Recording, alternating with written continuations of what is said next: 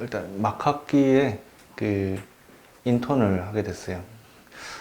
북한 이탈 주민 지원 재단이라고 남북하나 재단이 있는데 탈북민의 정착을 지원하는 그 통일부 산하 공공기관이거든요. 제가 대학 생활하면서 북한 이탈 주민의 관심을 갖고 있는 서울에 위치한 대학의 그 학생들이 모여있는 동아리가 있어요. 그 동아리 활동에도 가끔 참가하고 이러다 보니까 그 동아리 활동을 지원해주는 이 재단에 대해서 자연스럽게 알게 됐고, 뭐 그 활동을 하면서 재단 직원들이랑 또 친해졌는데, 거기서 한번 졸업하기 전에 와서 회사 생활도 한번 겪어볼 겸 인턴 한번 해봐라고 추천을 해주셨거든요. 그래서 그렇게 해서 인턴을 결심하고 했는데 생각보다 너무 좋은 거예요.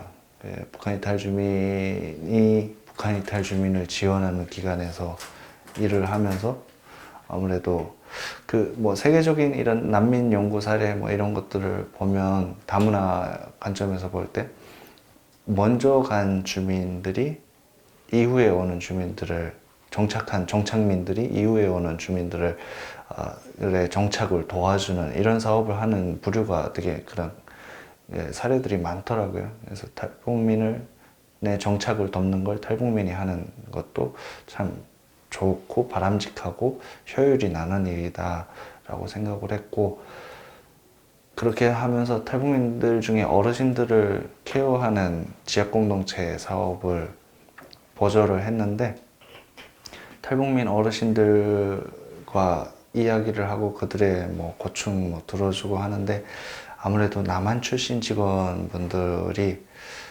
이해하기 힘든 그런 사투리나 언어, 그들의 막 생각 이런 것들을 저는 뭐 알아듣고 편하게 이렇게 대화를 이어가면서 그들과 융화되다 보니까 뭔가 그 회사에서 내가 무언가 역할을 하고 있는 그 상황이 너무 좋았던 것 같아요.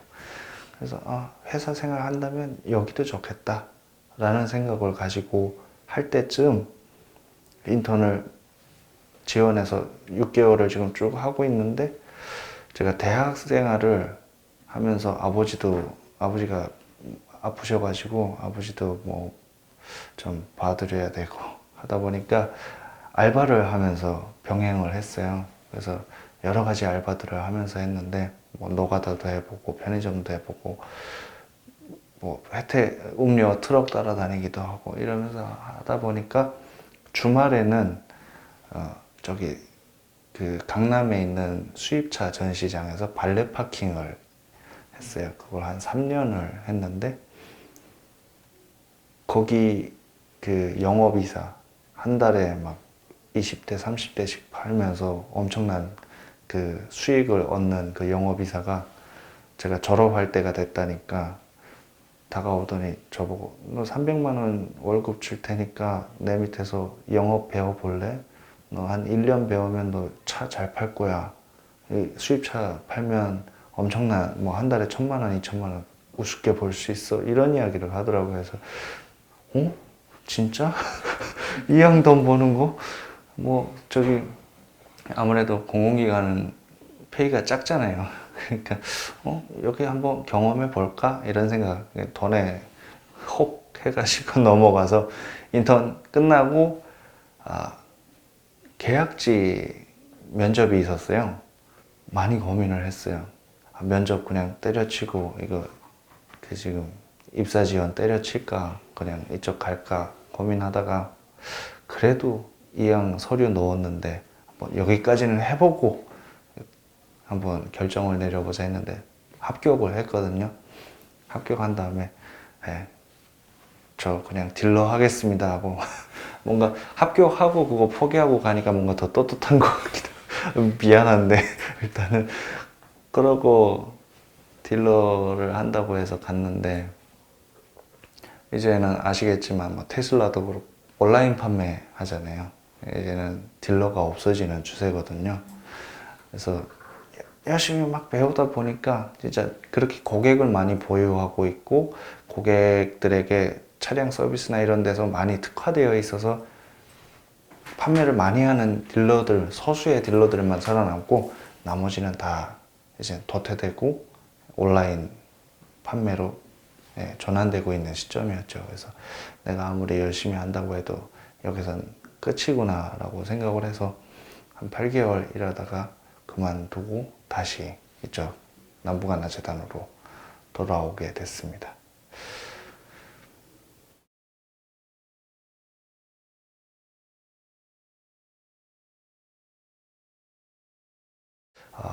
남부가나재단은 일단 북한 이탈 주민들의 그 남한사회 정착을 지원하는 공공기관이다 보니까 사회 정착 그리고 일자리 지원, 교육 지원 이렇게 지원 파트가 있고 그 외에 여러 가지 사회 사회 통합 부서로 우리 대외협력실도 존재하고 있고 이렇게 되어 있는데 저는 그 중에 대외협력실에서 북한 이탈 주민들의 삶을 담은 잡지를 발행하는 업무를 담당해서 하고 있습니다. 그 책을 만든다는 게 쉽지는 않더라고요. 근데 그래도 선배 직원님 분들이 많이 도와주시고 주변에서 다독여 주시면서 또 이끌어 주니까 할만하고 그리고 또 전공도 제가 문창과를 하다 보니까 글하고도 그렇게 많이 낯설지가 않고 그래서 책을 만들어 가는 데서 보람을 찾고 있습니다. 제가 담당하고 있는 그 잡지의 이름은 예전에는 동포사랑이었고요. 지금은 월간 하나로 개편됐는데 탈북민들이 집에 오면 그 임대주택에 이제 하나원에서 퇴소해서 임대주택 들어오면 제일 먼저 받아보는 책이기도 해요. 북한 이탈 주민들이 어떻게 남한사회에 와서 정착하고 살아가고 있는지 그런 사례, 성공 사례, 나름 성공한 탈북민들의 정착 사례들을 담고 있고 그와 더불어서 또 여러 가지 정착 지원에 관련된 소식들 그리고 남한 주민들과 사회 통합을 하면서 어떻게 어우러져 지내는지 이런 모습들을 담아내는 잡지이기도 합니다. 그 사례들을 하나하나 발굴하는 게 쉽지만은 않네요. 네. 저도 그렇게 생각을 했었는데 그렇게 하는 기자님들이 있습니다. 저는 담당자다 보니까 뭐 그 제작해주는 업체랑 그리고 그 취재하는 취재 기자들과 그리고 사례를 발굴하는 발굴자들 뭐 이런 거 가운데서 조율하면서 그리고 재단의 또 재단 기관지이기도 하니까 재단의 메시지를 정확히 전달할 수 있는 이런 자문위원님들의 의견도 받고 외부 기고도 받고 저는 가운데서 이렇게 왔다 갔다 하면서 조율해서 만들고 있습니다. 일단 저희 소통 제작단이 운영이 되는데요. 그 탈북민들의 소통 그 사례를 발굴하기 위해서는 기자님들이 탈북민이 제일 많이 이해할 수 있고 탈북민들의 관점에서 그걸 풀어낼 수 있기 때문에 탈북민 기자님들이 계십니다. 그래서 그들이 사례를 발굴하고 기획 회의를 거쳐서 여러 가지 그 사례들이 편집 회의로 올라가죠. 그러면 편집진에서 그 사례들을 검토하고 주제에 맞고 적절한지 이런 것들을 검토를 해서 책자로 만들어서 발행할 수 있게 구성안을 넘겨줍니다. 그러면 그 업체에 구성안이 넘어가고 기자들은 현장에 편집회에서 통과된 사례에 한해서 현장에 가서 취재를 하고 촬영하고 이렇게 해서 그게 원고가 모여서 또 묶어져서 이렇게 나오는 거죠.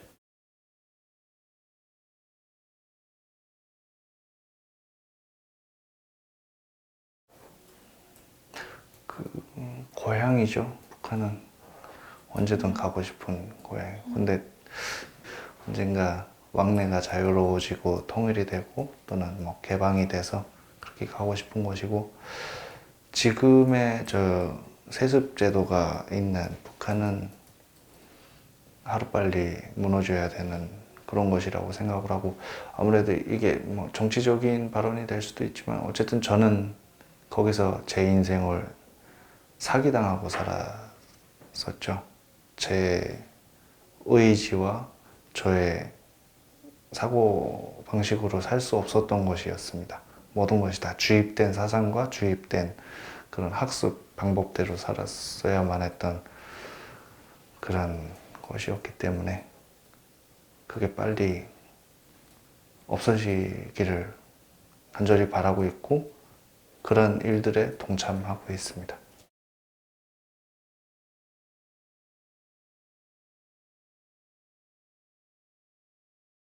처음에 왔을 때는 내가 하는 모든 게 내가 그러니까 생각한 대로 행동할 수 있는 제약 없이 행동할 수 있는 게 자유라고 생각을 했었어요. 한때까지는 어느 정도까지. 근데 누구나 다 그렇게 살면 그 자유는 무질서가 될 거라고 생각을 하게 됐고 내가 한 모든 것을 내가 책임지는 것이 책임질 수 있는 것이 자유다라고 생각을 합니다.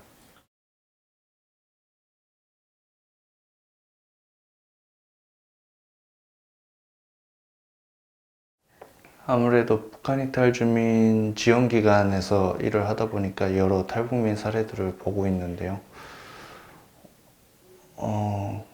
열심히 잘 정착하시는 사례를 찾아내는 일을 하다 보니까 그런 긍정적인 사례도 많고, 그리고 옆 부서들 보면 안 좋은 사례들도 많이 보입니다. 무용고 고독사 하는 분들도 많고, 근데 대부분이 배 걸고 막 이런 진짜 사람 못 살 그런 억압받던 곳에서 목숨 걸고 뛰쳐나와서 자유를 찾아왔는데 그 자유보다 외로움, 고독함 때문에 더 무너져가는 사람들이 많더라고요. 그렇게 목숨을 걸어야 하는 루트다 보니까 혼자 온 무용고 탈북민들이 꽤 많습니다. 무용고로 이곳에 와서 자유는 찾았지만 결국에는 내 가족과 나의 추억과 단절된 그런 삶을 살게 되는 상황이 많죠. 그런 상황에서 사회에 나오지 못하고 한 번 더 용기를 내지 못하다 보면 누구의 시선도 받지 못하고 그렇게 쓸쓸하게 끊어지는 경우가 있었습니다. 그런 사례를 봤고 제일 어려운 게 외로움인 것 같아요. 네. 그리고 또 그걸 딛고 일어서면 탈북민들은 죽음을 한번 이겨낸 사람들이기 때문에 악착같이 살거든요.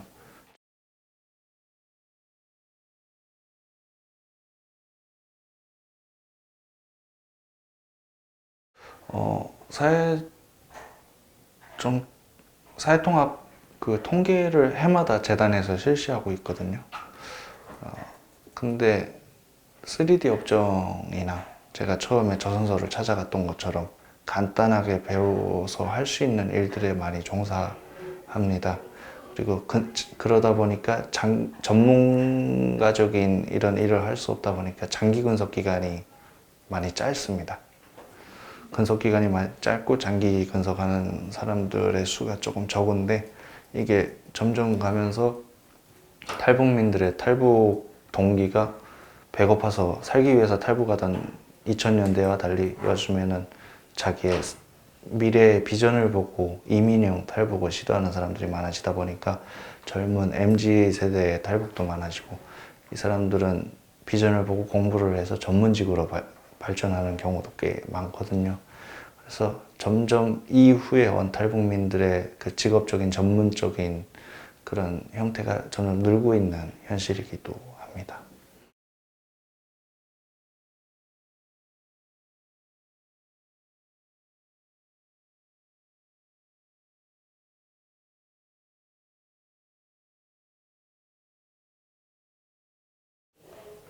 열려있는 건 모두에 열려있겠지만 어쨌든 그 노력을 할 수 있는 그 기회가 조금 더 많은 건 사실이죠. 젊은 친구들이.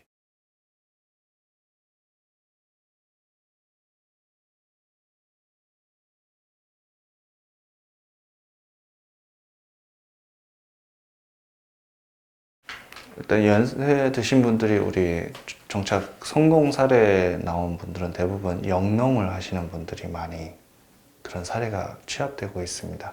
아무래도 북한에서 농사도 한국보다는 많이 접할 수 있는 그런 기회에서 농사가 제일 또 고향에서는 그때 많이 해봤던 일이기도 하고 하다 보니까 농사로 성공하시는 나이 드신 분들이 꽤 많고요. 그 외에도 수공업, 이게 손으로 만들어서 할 수 있는 이런 손으로 하는 그 수작업으로 할 수 있는 이런 장인 정신도 있습니다. 그래서 그런 사례도 있고. 근데 그 외에 걷는 연다고 하죠. 북한에서 어려서부터 고생하다 보니까 속에서부터 병이 들어서 많은 나이가 아님에도 불구하고 속에 지병을 안고 사는 그런 취약계층들도 있습니다.